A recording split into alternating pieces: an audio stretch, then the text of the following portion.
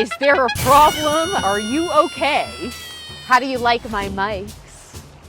I don't know how to fix I don't know how to fix something with the merge and the split button. But we'll find that out later. I already spent about 25 minutes on it. And a trigger came up. A trigger that I have been working on for, I'd say actively, about a year and a half. When I have tech issues, I historically have had a fit about them. They make the anger rise up in me along with anxiety, which sometimes the two of them, they go hand in hand. And also at the same time, fear, because what I am doing when this rises up, when there's a tech issue, and we know in this day and age, that could be a mix of anything, especially if you are a entrepreneur or self-employed person that must use technology and your business depends on it. You can lose days, and the anger, it's rising up, and I've known about my freakouts. There's the fear, right? I said, there's this catastrophizing I realize that I go to. That's what it is. It's catastrophizing. And I used to do the same thing with other stuff. Like if I lost something, oh my God, I would be late for work sometimes because I lost something and it would upset me.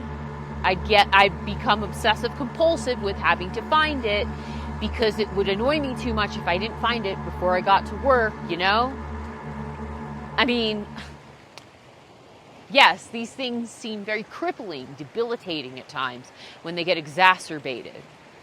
But this video is not about OCD, but there will be one on that, probably more than one. What this is about is this catastrophizing. I used to do it with other things, and those things started to slip away as I kept healing more and more. Especially the losing things thing really started to slip away and release.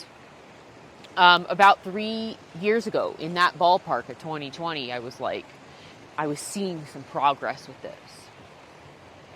But this is one of my, I want to say, final frontiers. It's a big one that comes up every now and again, where I would get furious. And the reason why I got aware of it, I was aware of it, but the reason why I got more aware of it is because my little brother, he is a very techie person, into the gadgets as well. He can program stuff. And I was staying at his, and I was working on something, and suddenly, of course, there's a tech issue, and he hears me getting so outraged, and he comes out of his room. He's like, "Is there a problem? Are you okay?" And I was like, "No, I'm not okay. I'm sick of this shit." This thing, I don't remember what it was. It could have been a million things, right? We don't know these days. And, of course he came to help me fix it and to problem solve. Excuse me, it's called troubleshooting in the tech world. There are 2 tech people in my life that I go to for a lot of tech stuff. If you're one of those people, I thank you. And of course, you know how it is.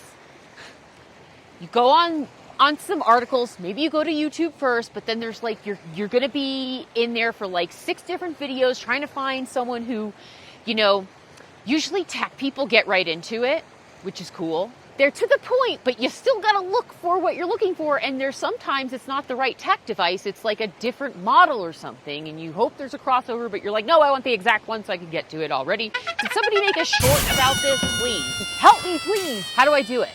But so the catastrophizing, and because I've been meditating even more these days and doing different ones, and I'm doing a lot of deep work, I'm having massive breakthroughs. It is becoming exponential growth lately. We have these times. I know this is true. And there's times where we're more in it's, things are peaceful, but we're steady, we're balanced, right? Anyway, there's a lot of this growth, and I automatically was like, oh, no, and I'm watching myself. And it got to the point where I was like, this isn't a big deal. This isn't even that big of a deal. And I was like, well, now we can't record with it, and then we already got this mic. Why isn't it working?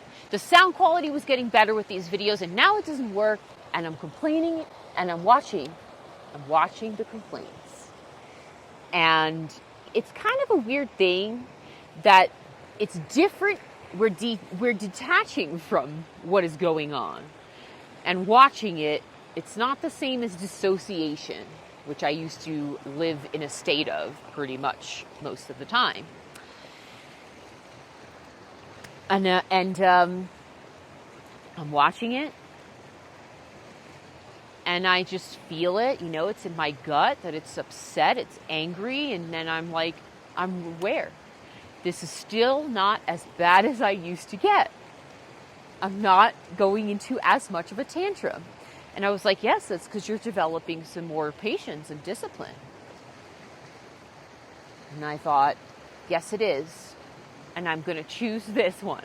I'm a little bit annoyed, but we can still record without the new mics. Or we can just pop 2 of them on here. And hopefully they record both sides. And maybe there's a fix at the end where there's an audio feature that I don't know because I'm not that great at audio. I can do voice acting, but I'm not that good at altering audio, editing audio.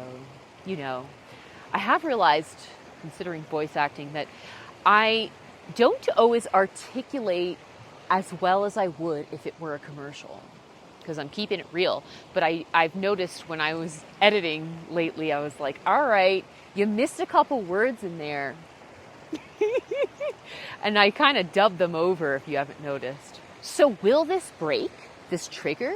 Of course it will, if I work on it. How do we work on a trigger? Of course, there are different ways that some may share with you, but let's go into what I do, which is first to become aware that we have a trigger in the first place. How do we become aware? Well, our emotions are actually a roadmap to showing us things. If only we were to not demonize them, stigmatize them, judge ourselves for experiencing them, be like, oh, that's so negative, blah, blah, blah. Whenever we do that, we actually inhibit our processing of all of this. We inhibit our transformation, we inhibit our healing, etc. Becoming aware starts with our emotions. Awareness is the first step to any and all recovery, right? Other than that, when we are not aware, we are either in denial or just some state of unconsciousness, lack of consciousness, lack of awareness that we have the trigger. Awareness is key. Then we will know when the trigger arises again. We may react to it in a way that we do not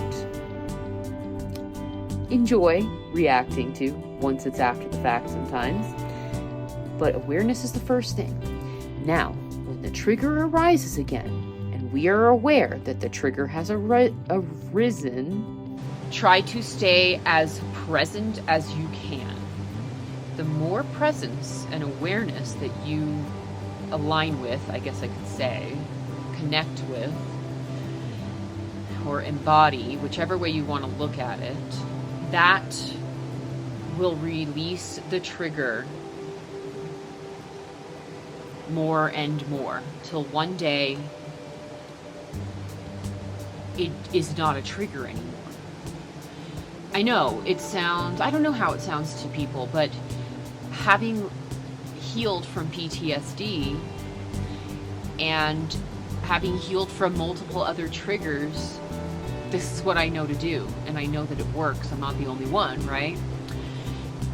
It's just, you just have to be willing to face your fear through it, everything that arrives again, whatever is going on. So that's what a trigger is.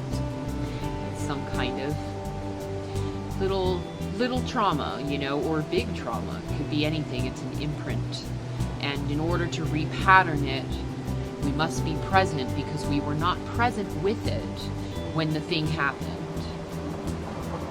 We weren't present. We were sent into some kind of story about it, or whatever was coming up. Or we leave our body sometimes. Many things can go on in that kind of situation, like when I was abused.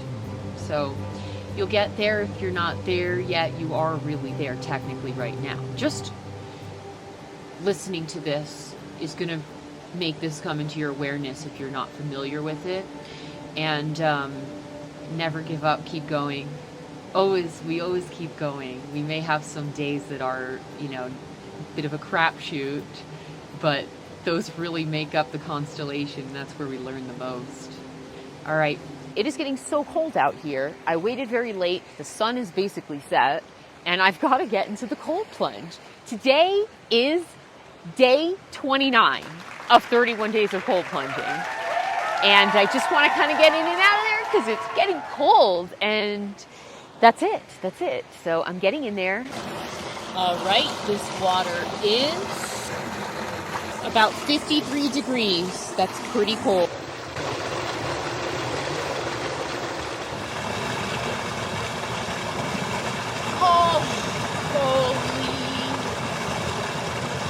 Oh God, it is so cold.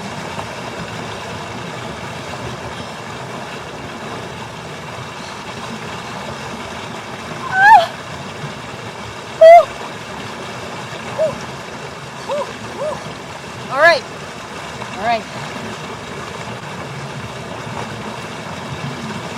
A little bit more. A watch pot never boils, as my grandmother would say.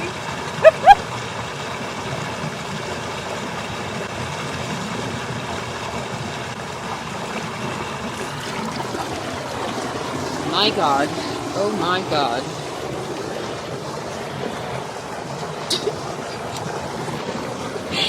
Really, there is something to making yourself do the hard thing.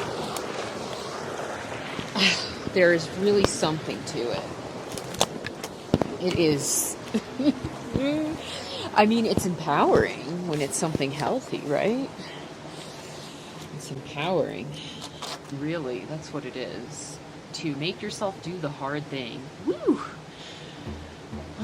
So much growth comes from it. It's amazing. All right, lots of love. And like this video, subscribe, and I'll see you tomorrow in day 20. No. Is it 30? Wait, let me double check. In day 30. Wow. Woo!